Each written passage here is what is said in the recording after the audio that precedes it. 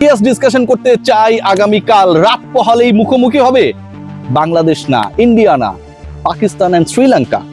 Most important match in the super 4। কেন এই ম্যাচটা গুরুত্বপূর্ণ? বাংলাদেশ শ্রীলঙ্কা ম্যাচ আমরা দেখেছি, বাংলাদেশ শ্রীলঙ্কাকে উড়িয়ে দিয়েছে। তাওহিদ হৃদয়ের ব্যাটিং দেখেছি, তাণ্ডব দেখেছি সাইফ হাসানের। আমরা দেখেছি শ্রীলঙ্কা আফগানিস্তান ম্যাচ, যেখানটায় আফগানদেরকে শ্রীলঙ্কা জয় বঞ্চিত করেছে। টেবিল টপ হিসেবে নেক্সট রাউন্ডে গেছে, বাংলাদেশ সেকেন্ড বেস্ট টিম হিসেবে সুপার 4 নিশ্চিত করেছে। কিন্তু শ্রীলঙ্কা পাকিস্তান ম্যাচ কেন ইম্পর্টেন্ট? শ্রীলঙ্কা পাকিস্তান ম্যাচের হাইপটা কেন অন্য যে কোনো ম্যাচের থেকে, অন্য যে কোনো দিনের থেকে আমাদের কাছে, শ্রীলঙ্কানদের কাছে না, পাকিস্তানিদের কাছে না, তার থেকেও বেশি আমাদের কাছে ইম্পর্টেন্ট?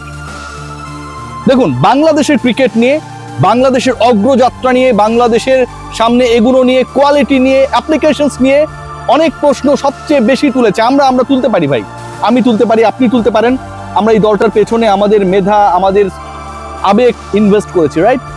কিন্তু যখন ভিনদেশি কেউ বাংলাদেশকে নিয়ে বাজে কথা বলে, ছোট করে, ঠিক তখন সেটা গায়ে লাগে।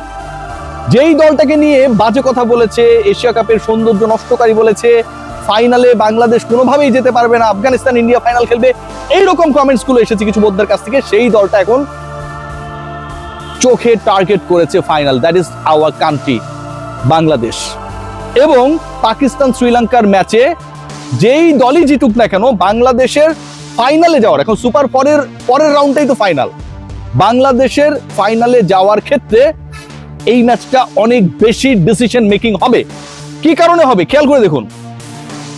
দুইটা দলই তাদের প্রথম ম্যাচ খেলেছে, বাংলাদেশের বিপক্ষে শ্রীলঙ্কা হেরেছে, ইন্ডিয়ার এগেইনস্টে পাকিস্তান হেরেছে। এবং এই দুই দলের অবস্থা এত বাজে যে মাইনাস রান রেট নিয়ে তারা টেবিলে 3 এবং 4 রয়েছে, তলানিতে রয়েছে, তাদের কোনো পয়েন্ট নেই, জিরোর মধ্যে রয়েছে।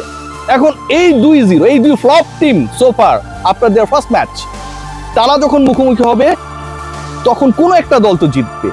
দুই লাল্লু পাঞ্চুর লড়াইয়ে কেউ না কেউ তো জিতবে, এবং সেই যে দলটা জিতবে সেই দলটা আলটিমেটলি বাংলাদেশের ফাইনালে যাবার ক্ষেত্রে, ফাইনালে যাবার ক্ষেত্রে কতটুকু জয়ের পরে যে 2টা পয়েন্ট পাবে থ্রেট ক্রিয়েট করতে পারবে। সহজ করে বোঝানোর চেষ্টা করি। যদি পাকিস্তান জেতে, পাকিস্তানের 2 পয়েন্ট হলো, বাংলাদেশের সমান 2 পয়েন্ট হয়ে গেল। যদি শ্রীলঙ্কা জেতে, শ্রীলঙ্কার 2 পয়েন্ট হবে, বাংলাদেশের সমান 2 পয়েন্ট হবে। এখন আপনি কাকে সাপোর্ট করবেন? বাংলাদেশের জন্য ফাইনালে যাবার ক্ষেত্রে, বাংলাদেশের আরো অনেক বছর পর এশিয়া কাপের আরো একটা ফাইনালে ওঠার ক্ষেত্রে সবচেয়ে ফেভারেবল টিম পরের ম্যাচে শ্রীলঙ্কা। বাংলাদেশ শ্রীলঙ্কাকে হারিয়েছে, শ্রীলঙ্কা আফগানিস্তানকে হারিয়েছে। বাংলাদেশ শ্রীলঙ্কার প্রেম একদিনের ব্যবধানে 180 ডিগ্রি বদলে গেছে ভাই। কিন্তু আমরা ভালোবাসা দিতে জানি, আমরা শ্রীলঙ্কাকে ভালোবাসতে জানি। পরের ম্যাচে পাকিস্তানের এগেইনস্টে উই আর সাপোর্টিং শ্রীলঙ্কা। এখন আপনি যদি বলেন যে কেন আমরা শ্রীলঙ্কাকে সাপোর্ট করব, পাকিস্তান জিতলেও 2 পয়েন্ট, শ্রীলঙ্কা জিতলেও 2 পয়েন্ট, যেই দলে জিতুক তার তো 2 পয়েন্টই হবে। 2 পয়েন্ট হবে ঠিকই, কিন্তু শেষ ম্যাচ বিবেচনা যদি আপনি করেন, তাহলে পরের ম্যাচটায় পাকিস্তান এবং শ্রীলঙ্কা আগামীকালের ম্যাচের পর যে ম্যাচটা খেলবে কোন এক দলের সাথে, সেই ম্যাচে কোন দলের পয়েন্ট পাওয়ার চান্স বেশি? আমার কাছে মনে হয় শ্রীলঙ্কা পাকিস্তানকে যদি হারায়, পরের ম্যাচ মানে তাদের সুপার 4-এর লাস্ট ম্যাচটা তারা খেলবে ইন্ডিয়ার বিপক্ষে, ওই ম্যাচে তাদের পয়েন্ট পাওয়ার চান্স আমি দেখি না। To be very honest, Sri Lanka ইন্ডিয়াকে হারিয়ে দেবে, এই ইন্ডিয়া পরাজিত হবে, তারা অজেয় না, কোনো দলই অজেয় না। ডোনাল্ড ব্র্যাডম্যানও আউট হয়েছিলেন জীবনের লাস্ট ইনিংসে 0-তে, রাইট? কিন্তু এই মুহূর্তে আপনি শক্তি বিবেচনা যদি করেন, পাকিস্তানের বিপক্ষে শ্রীলঙ্কা জিতলো, 2 পয়েন্ট পেল, ইন্ডিয়ার সাথে তাদের পরের ম্যাচ, ওই ম্যাচে তাদের জয়ের সম্ভাবনা 100-র মধ্যে maximum 5 to 10%। So Sri Lanka ultimately 2 পয়েন্টেই থাকবে, শ্রীলঙ্কা 4 হবার সম্ভাবনা নেই। কিন্তু পাকিস্তান যদি জেতে, তাহলে সমস্যাটা কোথায়? পাকিস্তান যদি এই ম্যাচটায় জিতে যায়, পাকিস্তান যদি শ্রীলঙ্কার বিপক্ষে 2 পয়েন্ট পেয়ে যায়, শ্রীলঙ্কা 0-তে থাকলো ঠিকই, পাকিস্তানের হয়ে যাবে 2। এবং বাংলাদেশ পাকিস্তান যেই ম্যাচটা হবে 25 তারিখে, সেই ম্যাচে আল্লাহ না করুক পাকিস্তান বাংলাদেশকে হারিয়ে দিয়ে পাকিস্তানের পয়েন্ট হয়ে যাবে 4। তার মানে বাংলাদেশকে ডিফিট করার তাদের একটা বিশাল অপরচুনিটি থাকবে ভাই। সেই সুযোগটা আপনি পাকিস্তানকে দেবেন যে শ্রীলঙ্কার বিপক্ষে জয় পেল, বাংলাদেশকে হারিয়ে দিল? নাকি শ্রীলঙ্কা যদি পাকিস্তানকে হারিয়ে দেয়, পাকিস্তানের ম্যাচ বাকি থাকবে একটা, বাংলাদেশের বিপক্ষে জিতলেও তাদের পয়েন্ট 2-এর বেশি হবে না, বাংলাদেশের এই মুহূর্তের এক্সিস্টিং পয়েন্টকে তারা ক্রস করতে পারবে না? কোনটা বেটার? ডেফিনেটলি শ্রীলঙ্কার উইন বেটার, কারণ পরের ম্যাচটা তারা খেলবে ইন্ডিয়ার সাথে, যেটাই তাদের জয়ের চান্স তুলনামূলকভাবে অনেক কম। বাংলাদেশ দলের এই মুহূর্তে যে সিচুয়েশন চলছে তাতে নাম্বার 5-6 নিয়ে একটা ডিসকাশন রয়েছে, এন্ড সাইফুদ্দিনের কামব্যাক করা নিয়ে একটা ডিসকাশন রয়েছে। যতটুকু আমি জানতে পেরেছি যে ইকুয়েশনটা এই মুহূর্তে আমার কাছে রয়েছে, তাতে বাংলাদেশ দল পরের ম্যাচে এগেইনস্ট ইন্ডিয়া সাইফুদ্দিনকে খেলাতে পারে তখনই যদি তারা ডিসাইড করে যে তারা 4 জন পেসার খেলাবে। তাসকিন আহমেদকে এলিমিনেট করার বাদ দেওয়ার কোনো পরিকল্পনা নেই, মুস্তাফিজুর রহমানকে বাদ দেওয়ার কোনো পরিকল্পনা নেই, শরীফুল ইসলামকে বাদ দেওয়ার 1000% সম্ভাবনা রয়েছে। শরীফুলকে যদি বাদ দেওয়া হয় তার জায়গাটায় রিপ্লেস করার ক্ষেত্রে 500% সম্ভাবনা রয়েছে তানজিম হাসান সাকিবের। হিসাব সহজ। তাহলে সাইফুদ্দিনের জায়গাটা কোথায়? এমাং দা 2 স্পিনার্স শাক মেহেদি এবং নাসুম আহমেদ, এই দুজনের মধ্য থেকে যদি একজনকে ড্রপ করা হয়, চান্সেস ভেরি লো। একজনকে ড্রপ করলেও লেগ স্পিনার রিশাদকে খেলানোর চান্সেস ভেরি হাই। সিরিয়াসলি বলছি, যদি একজন ড্রপড হন, যদি স্পিন ডিপার্টমেন্টে চেঞ্জেস আসে, তারপরও বাংলাদেশ একজন স্পিনারকে নিয়ে খেলতে নামবে বলে মনে হয় না।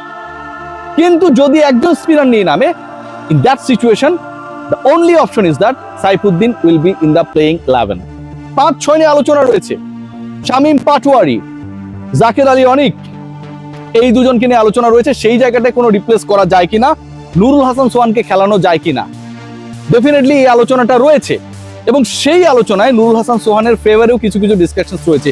কেন এই ডিসকাশনটা হচ্ছে, কি কারণে এটা হচ্ছে, এর মূল কারণটা আপনারা জানেন। মূল কারণ হচ্ছে ইন্ডিয়ার এগেইনস্টে বাংলাদেশ যখনই সাকসেসফুল হয়েছে তখনই এমন কিছু ক্রিকেটার পারফর্ম করেছে যেটার ব্যাপারে তারা প্রপার প্ল্যান করতে পারে নাই। খেয়াল করে দেখুন, বাংলাদেশ যখন মুস্তাফিজকে অ্যাপ্লাই করেছিল, মুস্তাফিজুর রহমান তিনি একমাত্র ক্রিকেটার ওই টাইমে বাংলাদেশ স্কোয়াডে ছিলেন যাকে নিয়ে আসলে খুব বেশি রিসার্চ করার সুযোগ ছিল না। মুস্তাফিজ টানা 2 ম্যাচে 6 উইকেট আর 5 উইকেট পেয়েছিল। রিকল করেন তাসকিন আহমেদ, তিনি যখন ডেবুটেন্ট হয়েছিলেন ব্যাক ইন 2014, এখন থেকে আরো 11.5 বছর আগে প্রথম ম্যাচে 5 মেরেছিলেন। তাসকিন আহমেদকে নিয়ে বড় ধরনের কোনো ডিসকাশন বলেন, রিসার্চ বলেন, অ্যানালিসিস বলেন করার সুযোগ ছিল না। Saif Hasan is going to B another prime cap বাংলাদেশের জন্য। তাকে নিয়ে যেই রিসার্চই আপনি করেন না কেন, 3 বছর 2 বছর আগের সাইফের সাথে right now the man is playing hitting the বলস আউট অফ দ্য বাউন্ডারিজ, তার সাথে কোনো ধরনের মিল নেই। This Saif is totally different, totally AI generated Saif. The way he want Saif, the same way he is delivering. So AI সাইফকে নিয়ে, artificial intelligence দিয়ে আমরা যে সাইফকে কল্পনা করি, যে সাইফ এখন ছক্কা হাঁকাচ্ছেন এক পায়ে ভর করে, সেই সাইফকে নিয়েও বড় ধরনের কোনো প্ল্যান করার সুযোগটা আপাতত নেই। কজ নতুন সাইফ, নিউ ব্র্যান্ডেড সাইফ, নতুন মডেলের পোর্শে সাইফ, তিনি ম্যাচেসই খেলেছেন মাত্র 2-3টা নতুন করে তিনি যখন ব্যাক করেছেন। সোহানের ক্ষেত্রেও the same thing could be applicable. Sohan is a cricketer যার ক্রিকেটিং শটস গুলো আনঅর্থোডক্স। আপনি যেরকম কল্পনা করবেন উল্টাপাল্টা শট খেলবে, এবং এই আলতু ফালতু টাইপের শটগুলো। সোহান গুড ক্রিকেটার, দারুণ রান করেন, শটগুলোর কথা বলতেছি যেগুলো আসলে ভ্যাবাচেকা খাইয়ে দেয়, দর্শকদের খাওয়ায়, ফিল্ডারদের খাওয়ায়, ব্যাটারদেরকে খাওয়ায়। এরকম কিছু শটস যদি খেলা যায়, you have to put in your mind that it's going to be a 20 overs cricket match, right? So ওইখানটায় যদি সোহান 3টা ওভারে ব্যাট করার সুযোগ পান, লাস্ট 2 ম্যাচে 6 বলে 12 করেছেন, 11 বলে 23 করেছেন, 200+ স্ট্রাইক রেটে ব্যাট করেছেন। জাকের আলী অনেক বল খুঁজে পান নাই, সোহান হিট করেছেন, 6 হয়েছে।